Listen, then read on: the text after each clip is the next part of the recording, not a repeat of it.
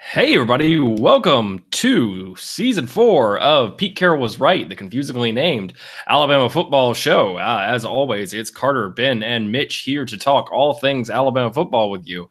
Well, we're finally at the first proper episode of this season, previewing an actual game for once. This opener may not have quite the pizzazz, I guess, of previous ones, given that Louisville has lost Lamar Jackson and is not quite as good as they have been in recent years. Yeah. Although they had their troubles at times, even with Lamar. So, well, let me ask you this to sort of start off on that point. Louisville is probably going to be pretty similar to last year, maybe. Yeah. Like they lose the element of Lamar's scrambling, but right. Like the receivers, confident as they are still pretty good. Right. They get back, I think, like 4 out of 5 guys on the offensive line, also extremely confident dudes. They lose their best. They lose their best offensive lineman, I think, from last year, the left tackle. So that could be a problem. But everybody else is back. Yeah. And I know there's like some promising players at running back, even if they are losing like their top ball carriers from last year. So yeah, most of the offense is back, right? And I mean, the quarterback seems talented. I don't know. I was just watching some highlights last night. Like he seems like he's pretty talented. Does he remind you of anybody? Is there somebody that you have in mind? Oh yeah, I know who you're thinking of. Yeah. When all I saw were some highlights like back in the spring, and he reminded me of Cardale a little bit. Oh. I mean, Alabama recruited him. I remember that, and he ended up picking Louisville after Jalen picked Alabama. He's like almost exactly the same size as Cardale. And does he have that kind of arm? The highlights kind of look like he did, but like again, those are just highlights. Like, and he's more in the mold of the typical. I think I read Bill Connolly made this point in his Louisville season preview, which I read the other day, that he's more in the mold of the typical Petrino quarterback, like the Tyler Wilson. Yeah, definitely. Yeah, Ryan Mallett or something, which Petrino has had like a ton of success with throughout his career. Yeah. So, I think that they're going to be good offensively, and obviously the scheme is inherently challenging, and then it's made more challenging by the fact that like this is Petrino's bread and butter. So I think that they're going to be good offensively. I guess we'll get into the specifics of how they match up with the Alabama defense, but I just think that like they'll be good. We can say that sort of generally speaking they'll be good offensively, and then generally speaking they'll be not as good defensively probably. Yeah. Well, they haven't been great in any of the previous couple years. They hired Brian Van Gorder as their defensive coordinator. Very uninspiring. And they also lost like I think it's like at least 6 of their top tacklers from last year. Like not only were they not good last year, but they also don't have a lot of returning production, which is right. I think they lost. They had a handful of impact edge rushers, all of which they lost except for one. I think they returned the tackles and inside backers, and then they lose basically the whole secondary. And they got JUCO kids coming in the secondary, but like it's probably going to be an issue for them. So I guess we can start there maybe on offense. That's kind of the more, I don't know, fun. At least the less interesting side, maybe. Yeah, I guess the less interesting side. I mean, really quick, we'll just do this. Who takes the first snap for Alabama at quarterback? I don't know that it even matters to me much. Like, I think the more interesting question is who takes like the thirds, like who's out there on like the third series. That's fair. Yeah, I don't ask the question as a means of trying to like extract like valuable information. I'm just like, I don't know. I just think it's like people are talking about it, and it's just fun to just. Like, I don't kind of get it strongly. Yeah, my gut says Jalen takes the first snap. But does not play the majority of the game. Okay. I'll go Tua takes the first snap and plays the vast majority of the game, which I just a little maybe it's a little out there, but that's what I'll go with. Yeah. I mean, I would not. There are I don't know. Well, there are things that would surprise me, but that wouldn't. Yeah. There's nothing that's like likely that would surprise me. I guess like Jalen's not going to take every snap in the game. They're not going to rotate for a couple series and then it's Jalen the rest of the time. Like it's yeah. Mitch, where do you fall? Yeah, I could see it going either way because like if you listen to Saban's comments about like why he even brought Tua into the national championship game, he just talked about Tua as like needing a spark or something. So you kind of, I don't know, I kind of wonder like if he just defaults back to Jalen and then, rotates Tua in when he feels like the team needs that spark again. But I wouldn't be surprised by anything, honestly.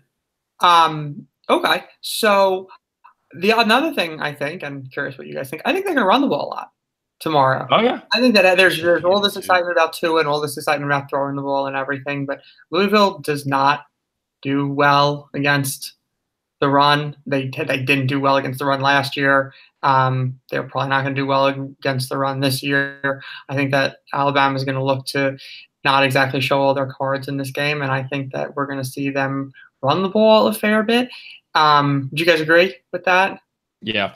I mean, you think about all that has been said over the last 2 years about that, Alabama's offense when Jalen was at quarterback really bogged down when teams could stop the run and they needed to be able to throw the ball to open it up. Well, Louisville is not the caliber of defense that rises to that level. Like the defenses you're talking about that have done that have been like Auburn and Clemson and Georgia. Yeah. And Louisville is not, we're talking about 5 or 6 tiers down in terms of, and those are large tiers too, like in terms of defensive talent and ability. Right. So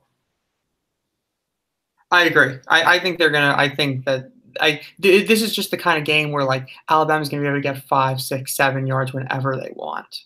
Yeah.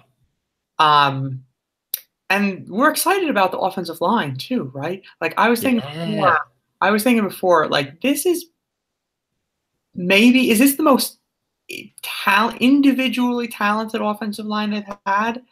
I think so. I mean, your tackles are both 5 stars. Your right guard's a 5-star. Your right guard was a 5-star left tackle recruit. Yeah. Pierce Baker was a 4-star, and I think 4 for Cotton or 3. Yeah, high 4, I think. 4. Okay. Yeah. It is unbelievable how long Pierce Baker has been in this program. I mean, it's incredible. Yeah, he's on the Cotton was a 4-star, but the 54th overall prospect. Okay. I mean, I guess so. Pierce Baker, if this is only his 5th year in the program, it just seems crazy long because he redshirted a year and he started every. He's been right. Yeah, right. Exactly. He's been a 4-year starter, so it seems like forever, but really, he's just a normal redshirt senior. But I think they got a chance to really I'm excited to see how they're going to get after it tomorrow. How do you think that the right side of the line is going to look with this flipping around? I mean, Wills is more of a natural tackle, right? Or he was in competition for the job last year with Matt Womack, right? And they even rotated him in some early in the season. So, I mean, that's maybe his more natural position. I think it was that, and I think we sort of mentioned this last time. I think Wills is definitely more of a natural right tackle than Leatherwood is. Right. I think Leatherwood has played left tackle all his life and is a very accustomed to that position. And we've had this suggestion before, but switching sides of the offensive line is not as easy as people think it is. And some people can make that transition. I think Leatherwood struggled a lot. My sort of reading the tea leaves is that Leatherwood kind of struggled a lot making the transition to right tackle. So they felt more comfortable moving him inside, and then they could have Wills, who is much more accustomed to playing on the right side, be the tackle on that side.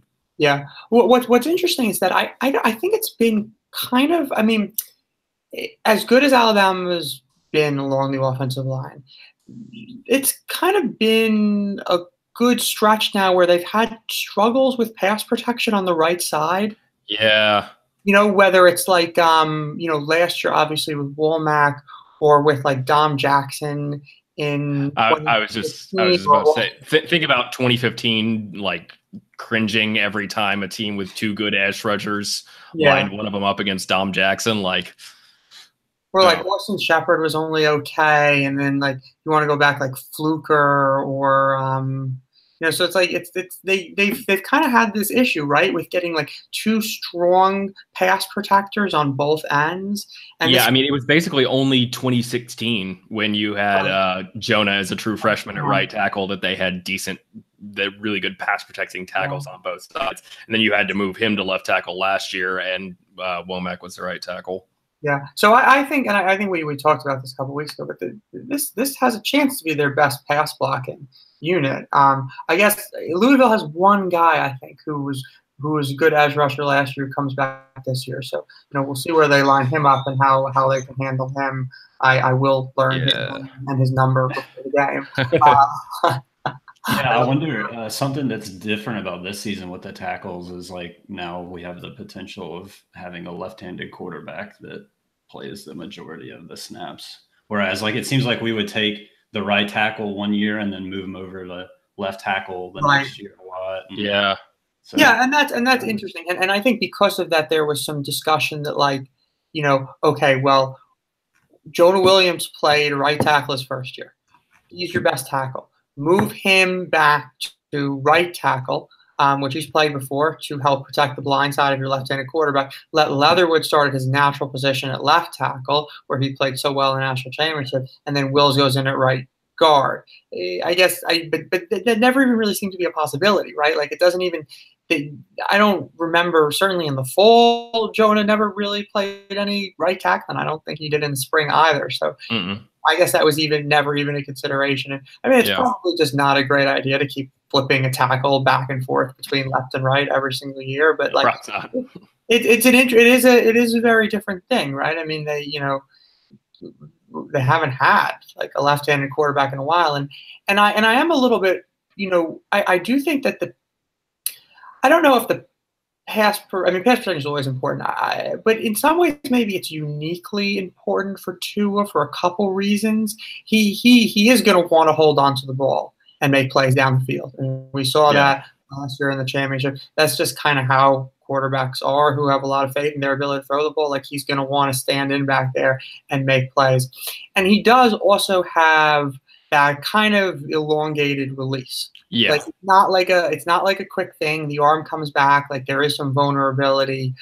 back there, both in terms of the speed with which he gets rid of the ball and the possibility of it being exposed to somebody coming around his back.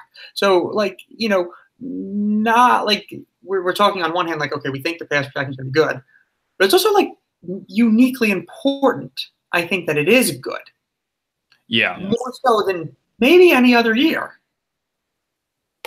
Well, I mean, it's just we've talked about this in the ways that we've talked about how the potential, like the ceiling or lack thereof for this Alabama offense, and that reaching that potential really depends on there being a strong downfield passing game that they haven't really had. Right. And so, like, you just have to be able to pass protect in a way that they haven't really needed to before to get to that. And so, yeah, no, I agree. It's not only is like it's good in some ways because they, you know, have the potential to be there where they haven't been there before, but they also kind of need that. So, right. So they had 4 guys at end or outside linebacker last year who combined for 48.5 tackles for loss and 21.5 sacks. Of the 4 of them, only 1 John Greenard returns. Okay. So he's the guy. I don't know what his number is, but okay. So that'll be something to watch for that. 7, I think. Okay. See where he's lined up. What do you guys think about who basically, like, what are the skill positions going to look like tomorrow in terms of playing time allotment? I'm assuming that we're going to see a lot of 11 personnel. It's probably going to be the base personnel package as it's been for the last handful of years now. what do you guys think in terms of the distribution of playing time at the wide receiver spots and at the running back spots, and maybe distribution of carries for the backs? I expect you'll see it'll be kind of a, I don't know. I'm not sure it'll be quite like anything at wide receiver that we've seen, you know, because for years, for like all 3 years under Lane Kiffin and sort of going back before that, they didn't really go too deep at wide receiver. Lane just played 3 guys. Lane just had 3 guys, and he just played 3 guys. And so whereas last year they platooned it more because they had the 3 guys who are now their 3 guys. I don't think they're maybe quite that deep unless somebody like Terrell Shavers or somebody is stepping up. But they do have a 4th guy in Jalen Waddle that everybody has been talking about and buzzing about, that you like expect to see some time, especially out of the slot. So I think you will see the bulk of the snaps be Devontae, Ruggs, and Judy, but with a decent dose for Jalen Waddle, and everybody else will probably just be, you know, occasional spot time or garbage time. I think it's really going to be 4 guys at wide receiver. Mitch, how do you feel about that? Similar? Yeah, same way. And I think a lot of it will depend on how the game is actually going, maybe, as to how much we see, right? You know, some of the backup guys or who we see. Right. But yeah, I think it's going to be a lot of those first 3.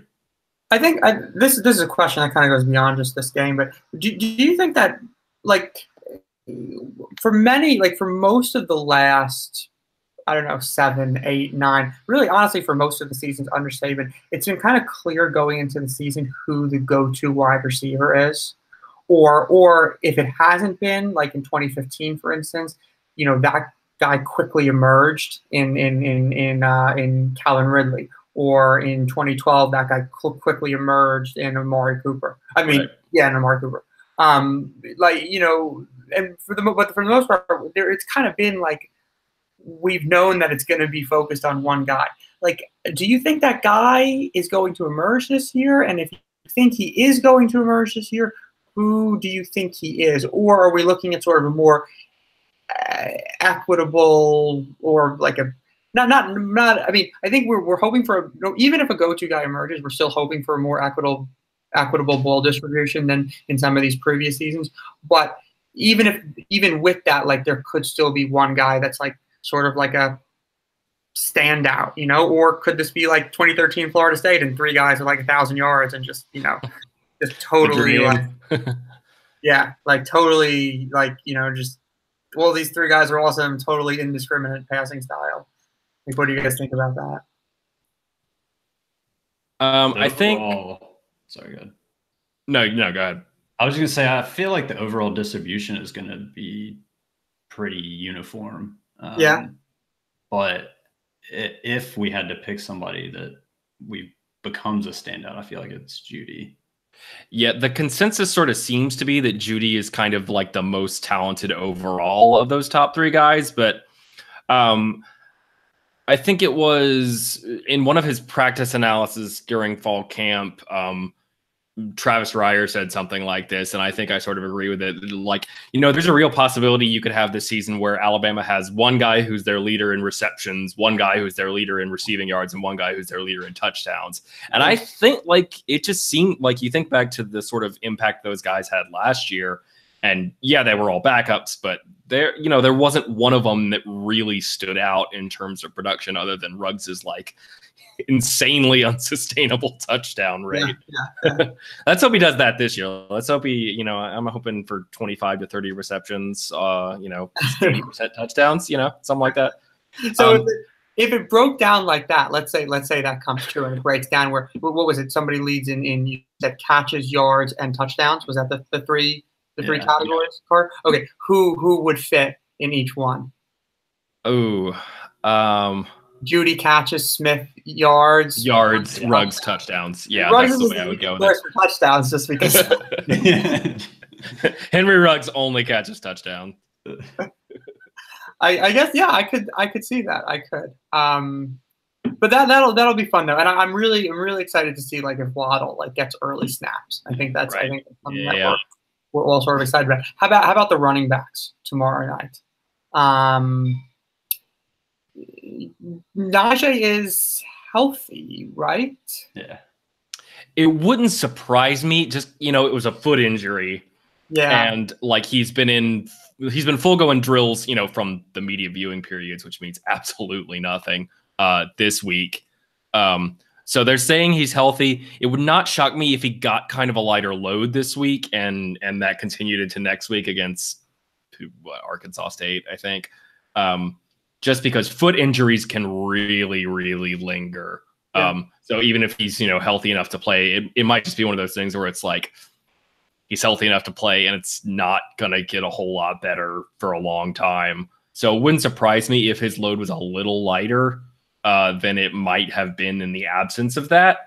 I still think among running backs, you're probably going to see Damian get the bulk of the carries. I would love to see Josh Jacobs, who by all accounts is fully healthy, get some the way that they have seemed to want to use him the last couple of years, which is essentially sort of like the way the Patriots use a running back. And that, they'll get some, the times when they're in 2-back sets, they'll get him out there. They'll flex him out wide. They'll, do some different things to get him on the edge. So I don't know what, like maybe 15 to 20 carries for Damian, 10 to 15 for Najee, and maybe like 10-ish touches for Josh. Yeah, that works. I think. What about how prevalent do you think the option game will be tomorrow?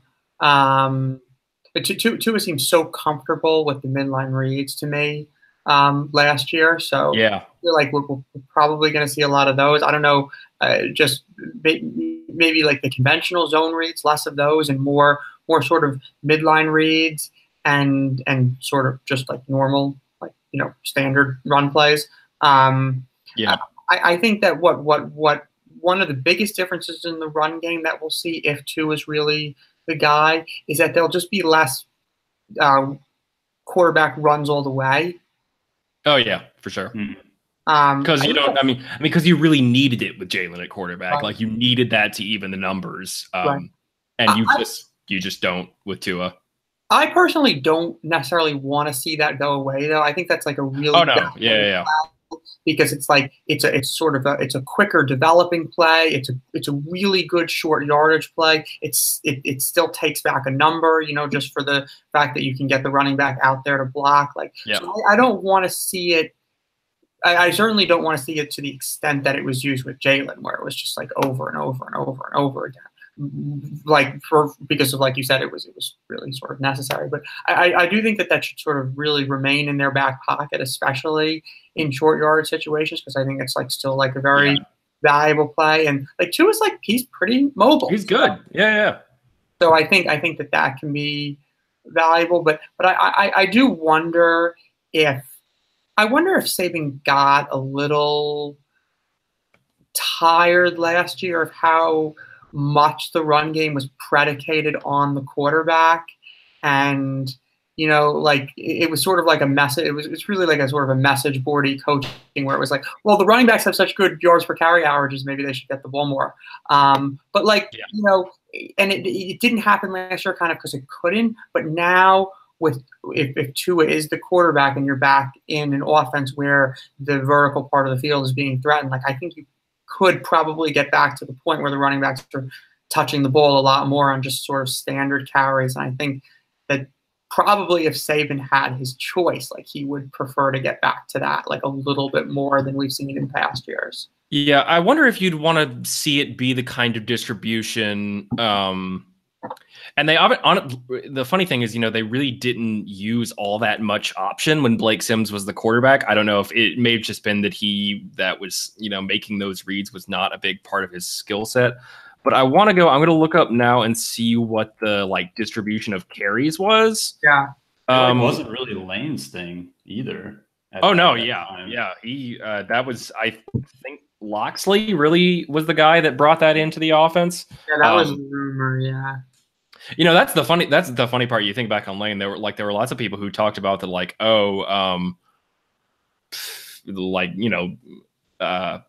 Saban brought Lane in to modernize the offense, but Lane was really like a straight out and out pro style guy before 2014. Like, you know, So in 2014, the distribution of carries, TJ had 194 carries, Derrick Henry had 172, and Blake Sims had 83. So I think that could be pretty good. Yeah. Yeah. If Tua is like the full-time quarterback, then that I think is the kind of carry distribution you're going to look at. You're going to have maybe like. Well, Jacobs is going to get in there some. Yeah. Because like they really didn't have a third back that year. After that, it's Tyron Jones with 36 carries, Alcy Tenpenny with 26. Granted, that was the year Kenyon broke his leg, right? Yes. So Kenyon only had 22 carries that year. So maybe what the distribution would have been in 2014 would have looked exactly like what it's going to be this year. Yeah, exactly. So you're looking in the maybe 150 to 200 carry range, probably closer to 150 for both the Harrises, and then maybe 100 carries and 30 receptions, something like that for Josh Jacobs, and then 75-ish for Tua. So what percentage of the what percentage of the total carries do you think go to Tua roughly? Or what does that work out to be? That'd be 300, 400. In the 15 to 20% range. And can you do the quick math on where Jalen was the last couple years? I think he was Alabama's leading rusher in terms of carries last year. So let's see. He had 154 rushing attempts last year. Damian had 135. Bo had 124. I don't have it. Probably around 30%, almost double what we were. Okay. So he had the plurality of the carries and maybe roughly a third of the total carries.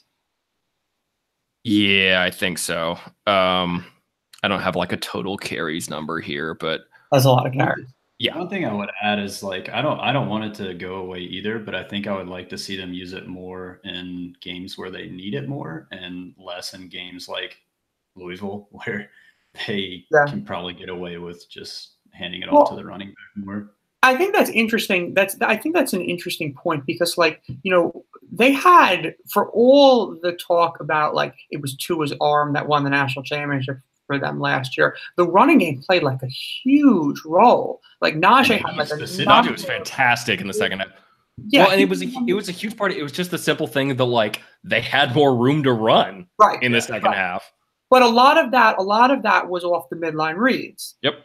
And that that was a game, right, where there was a really, really, really good defense, and the most effective running play from that game with Tua in was sort of the midline read. So I agree with Mitch that I think it's certainly important to keep that in their back pocket for the important games, so you're as multiple as possible.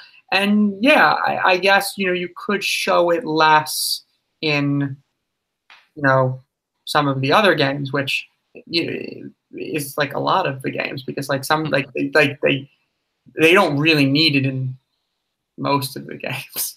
Yeah, exactly. Just less hits for Tua just in general, I think would be nice too. Yeah. You want to go over to the other side of the ball?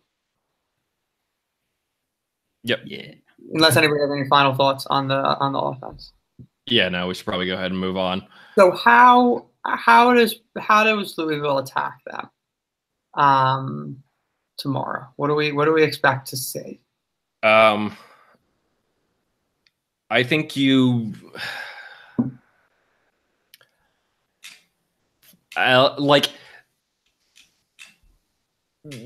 based on what we've seen, I think it's fair to guess that Alabama's corners will probably hold up pretty well in man, in bump and run and press coverage.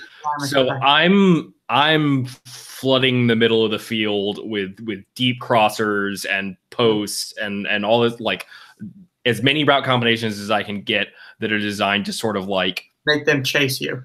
Yeah, exactly. Like, and if they're gonna play match, then you're gonna stress every sort of transition point between the zones, like make them bust any way you can, basically. That's what I think too. I think that they're gonna come out with like. I think they're going to throw the ball. First of all, I think they're going to throw the ball a lot. Like, I don't even know why you would even bother really running the ball. Like, I'm not saying that, like, you're going to be – I'm not sort of saying, like, 80% pass, but, like, I think they could get up to, like, 65% pass in this game. So I think you're going to throw the ball a lot.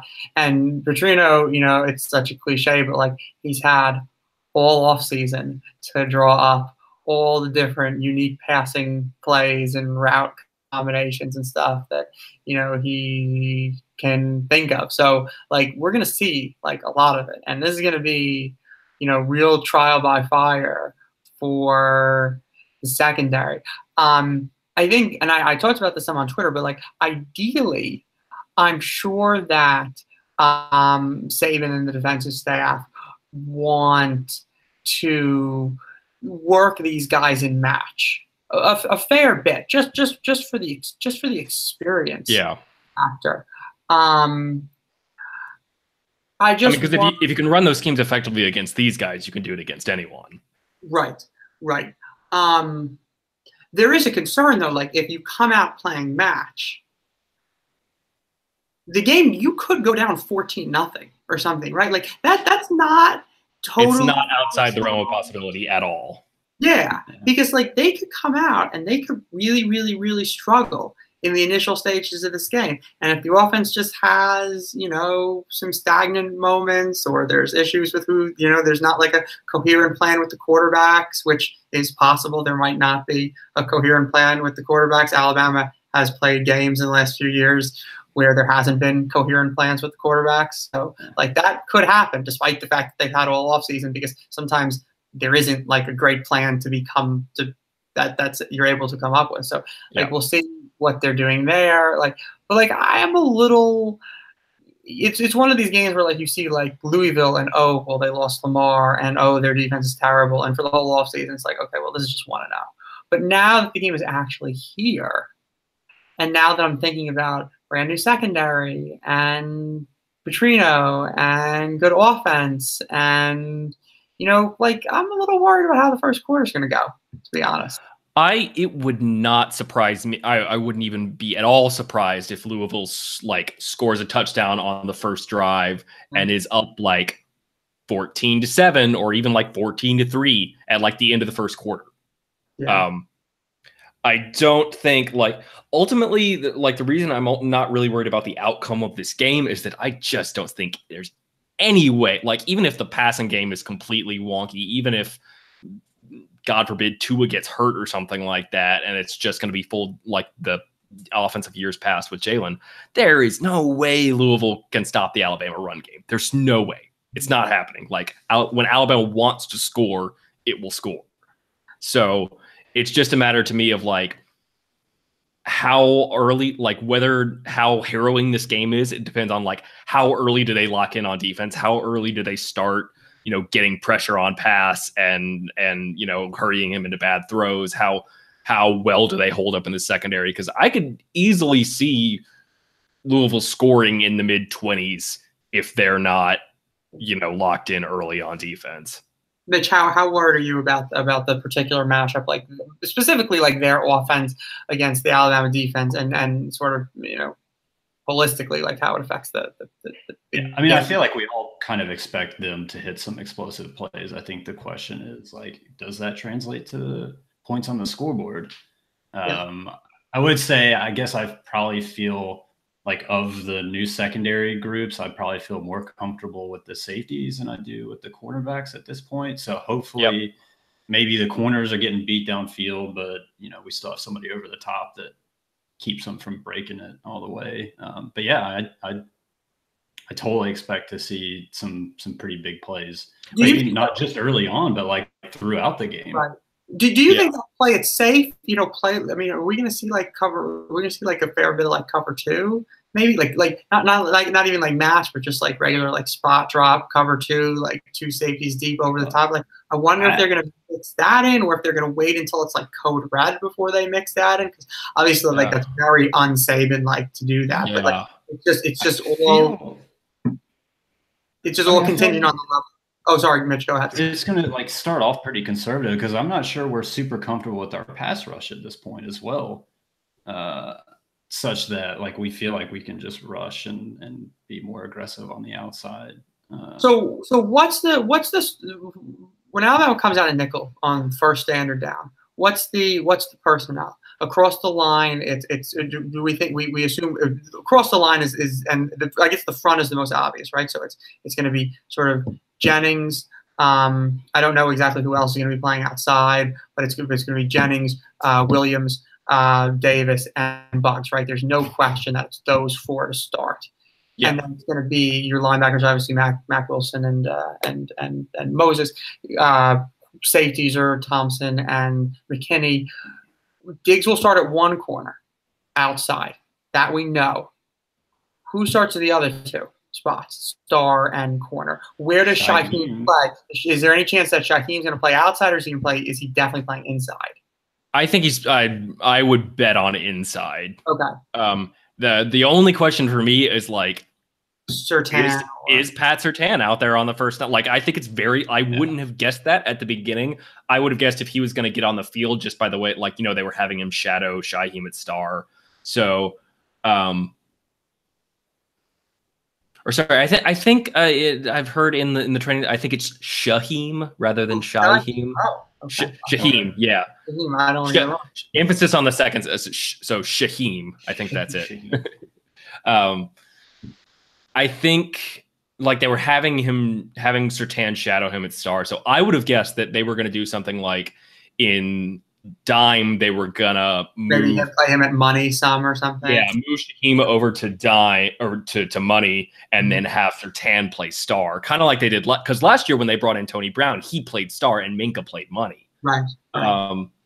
But now it looks like what they're going to do is Shaheem will stay at star, and then they bump Xavier McKinney down to money and bring in Jared Maiden at safety. Yeah.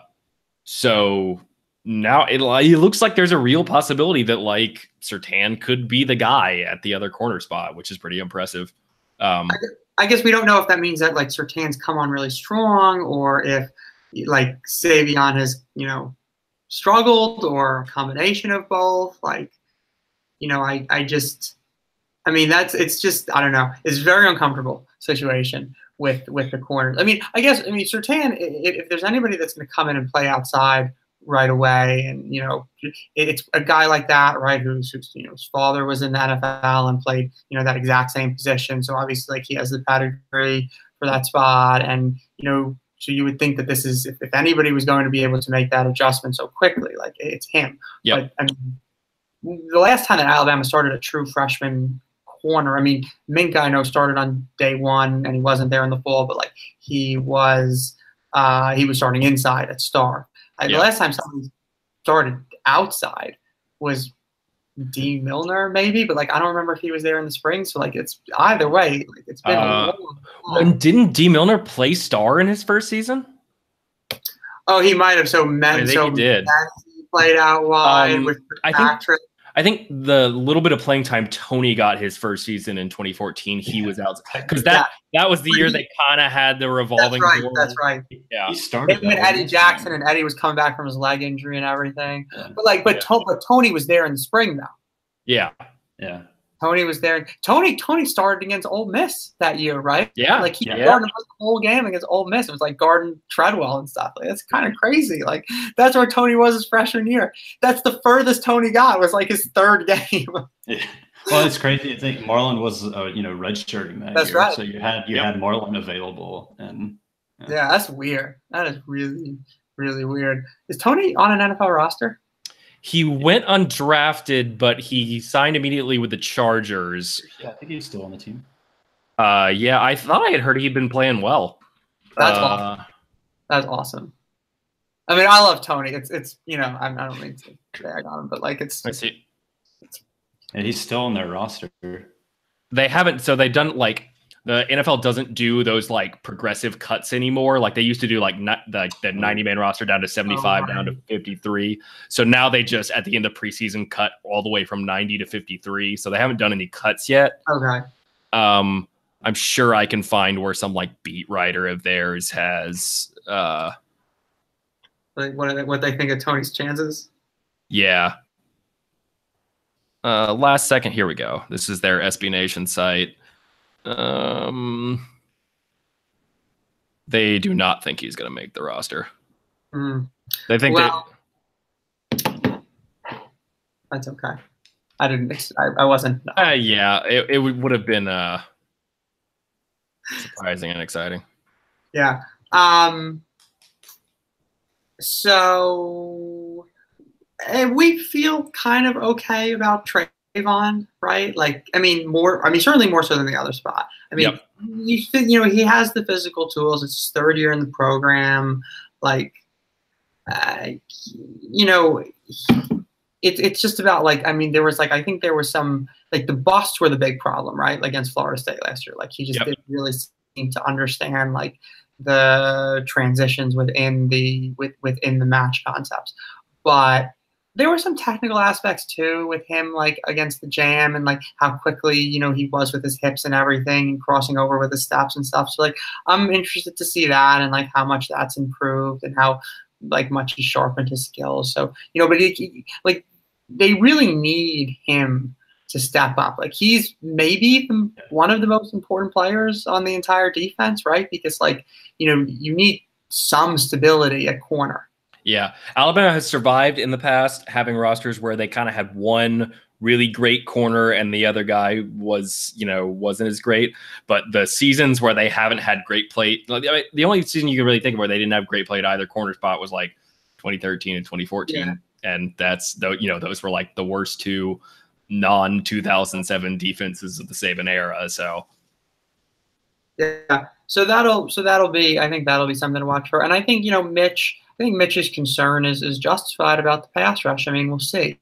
You know, Anthony Jennings really came on strong last year, and I think we saw like the pass rush abilities. But you know, we'll see this year, like, you know, considering everything that's happened with him and with injuries, like if he still has like that same explosiveness. He's never. I don't. You know, even last year, like at his best, he's not like a top-notch edge rusher. No, not like Carroll Lewis or anything. And like he probably is your best edge rusher this year. So I think there's some, you know, there's reason to be. It depends. I could see Christian Miller being, you know, the thing we haven't really seen. You know, I know Christian played a bit at the end of the season. I think there's a chance he could be that in terms of a pure rusher. And who knows, like maybe when they're in passing downs, you know, maybe it's a Yabianoma. Like, right. Well, that's true. Right. I really just meant like on like a yeah. Because that's you know, we touched on this last time, but it's like, I have no doubt that they're going to be able to really get after guys when they're in dime rabbits on 3rd and 11. Right. The question is, are you going to be able to, you know, play like 2016 when you're in standard downs and you've got guys like Ryan Anderson and John Allen out there? Yeah. You could even, I mean, you can even put one of the inside backers at edge rushing like they've done in the past with like, you know, guys like Reggie Ragland and stuff. Like, you know, they could I would think that they did that this year, right? Like both Mack Wilson and Dylan Moses, like at times last year, I think came on and played like a little bit of edge. Yeah. I think everything we've heard about the dime packages is that Mack has been the line, which makes sense. I mean, because he's the signal caller now. Yeah. So Mack will stay at inside, which funnily enough, I think they call that position the sole inside linebacker in dime. I think they call it the Mac linebacker. So, but I think Dylan's going to get a lot of passing down edge rush time this year because he's just almost like he's too good to take off the field, you know. So like, keep a role for him in dime, then I think you do that. But yeah, I'm sort of keeping my fingers crossed for what standard down pass rush is going to be like. Yeah. Is there anything else that you guys want to touch on specifically about the game or Louisville or anything? Kicker predictions. Okay. Well, I don't know. What do you guys think? Like,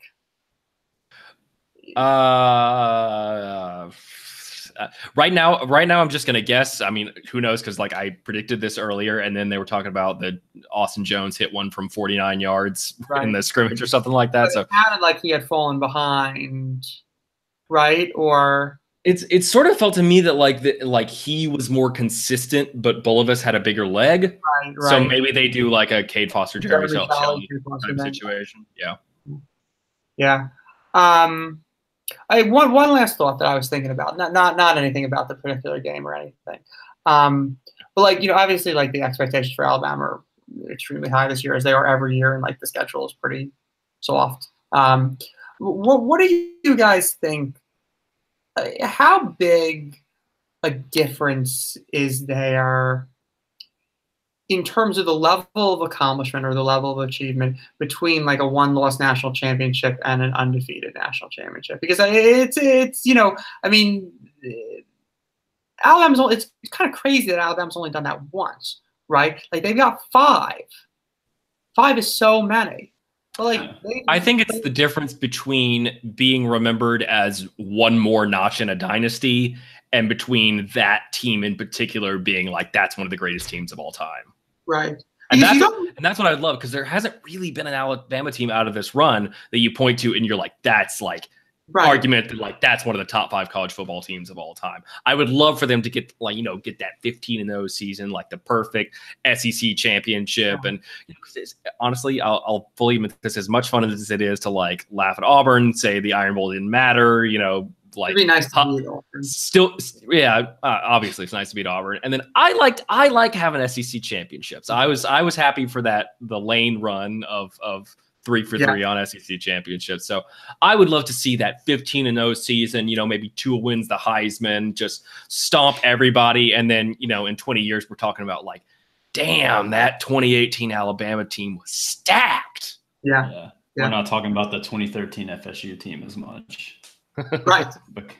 How, like, I mean, I guess 2016 was really supposed to be that, like, what the team that you're describing, like 2016 was that team. But because I was thinking about this, and I was like, in pro sports, for the most part, all championships really are created equal.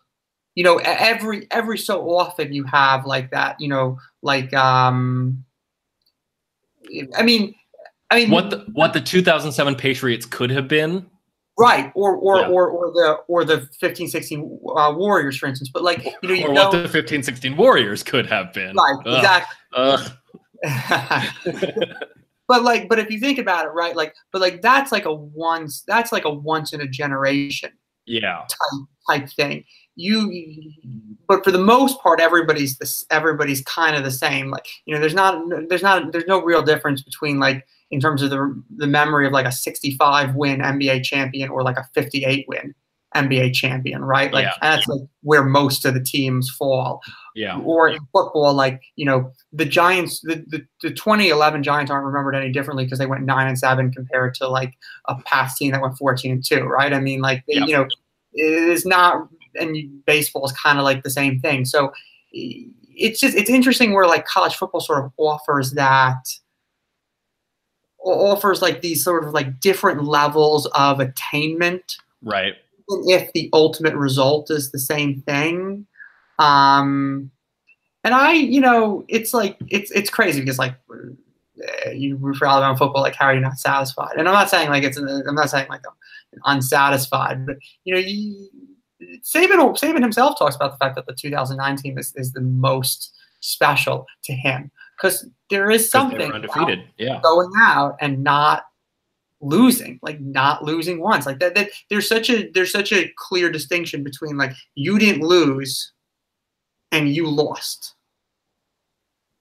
And there's never like it's funny. It's like people love to throw this as like a knock against the Saban Alabama teams, but like, I mean, you think about, and I just take it as like, you got to be really lucky to win a championship. Right. Everyone that wins a championship is lucky. That's just how it works. You got to be lucky and good. Yeah. Like the better you are, the less lucky you have to be, but you got to be lucky and good, and that applies within games as well as wins and losses. But like, it's nice to have a season you can point to and say like, didn't need any help. Right. And that 2019 was not like the best No. Alabama. No, like I would put them like you know, the rank the championship Alabama teams is a conversation for another day, but like they're down there. Yeah, they're on the luckier side. Might be last, right? Like some of those games, like I mean, there was like a bunch of games where they were trailing going into the fourth quarter, right? Like Auburn, Virginia Tech, LSU. Mark Ingram won the Heisman by like powering them past an extremely mediocre South Carolina team. Yeah. Right. And then obviously that doesn't say anything for Rocky Block. You know, so like yeah. I mean that's crazy, right? Like that is crazy. Like that team went 14-0. Like that's I mean, that's wild to me. Like that was, if you told me like which Alabama team went 14-0, I would not say that team just based on like, you know, the sort of like, you know, just how good the team was. But that's, you know, many of the key players on that team were recruited by Mike Shula. Yeah. Yeah. Seriously. You know, I mean, like starting with like your best defensive player and then going down from there. So it's just, I would, you know, I think that like, I think that this is the year to do it. Yeah. You know, I really do. And no, not having Terrell Lewis hurts that. But I think that this is the year to do it. I think that this is the year. And it would be so awesome to be the first team to go 15-0. Yeah. Right? Like none of these other teams have done it, right? Like as great as like 2014 Ohio State was or the Clemson team or the Alabama teams, like nobody went 15-0. So you know, I would like to see that. I would be shocked if an SEC team that's not Alabama ever goes 15-0. I mean, I won't say ever, but like I could see somebody like Washington, you know, sneaking in there and winning it with like a team going through the SEC schedule, the SEC championship game, and then winning both playoff games is like crazy. What do you think? What do you really quick? What do you guys think the chances are that Alabama goes 13-0? Forget about the playoff games. I think they're really, really good as long as they don't have another critical defensive injury.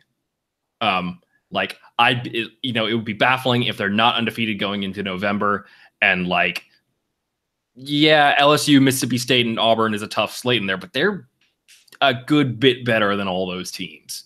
So, and I don't think Georgia's going to be quite on the same level they were last year. Like, obviously, that's going to be their toughest game in a potential SEC championship game. But as long as they stay healthy, I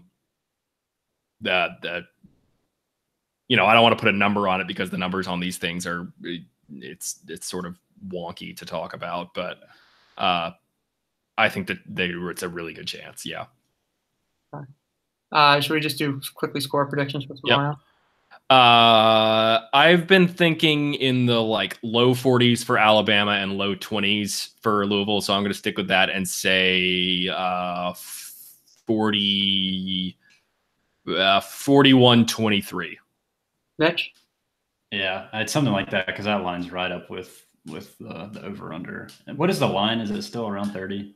The line's like 25.5, I think. I think Louisville scores enough to keep them from covering. I would take those points. I would take this is not a show for gambling advice, but I would take those points, man. I would too. I'll go 38. This is the beginning of our transition into a gambling podcast. We're gonna get Bud Elliott on here sometime this summer, sometime this season. Mitch, did you want to give a score? I mean, I low 40-20, something like that. I feel like. Yeah. All right. Well, we'll see y'all next week. Hopefully, celebrating a tied victory in the glorious ascension of the Tua-led offense. So roll tide, and we'll see y'all next week. Roll tide.